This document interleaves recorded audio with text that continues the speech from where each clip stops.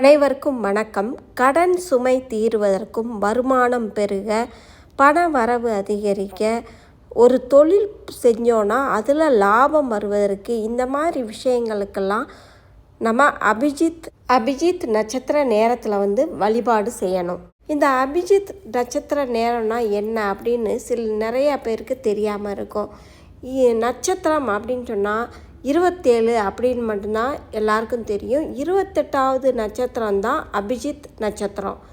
மாதத்தில் ஒரு முறை 24 நிமிடம் வரும்.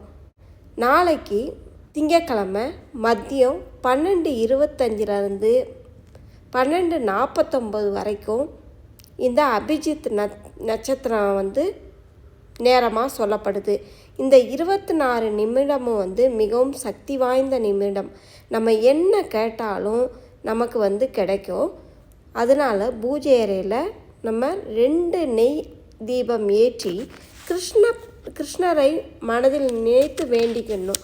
நம்ம என்ன நினைக்கிறோமோ அதாவது நியாயமான கோரிக்கைகள் மட்டும் நிறைவேறும். அதனால் நமக்கு நியாயமான கோரிக்கைகள் எது அப்படின்றது நமக்கு தெரியும். உழைக்கவே இல்லாமல் அதை கேட்கக்கூடாது.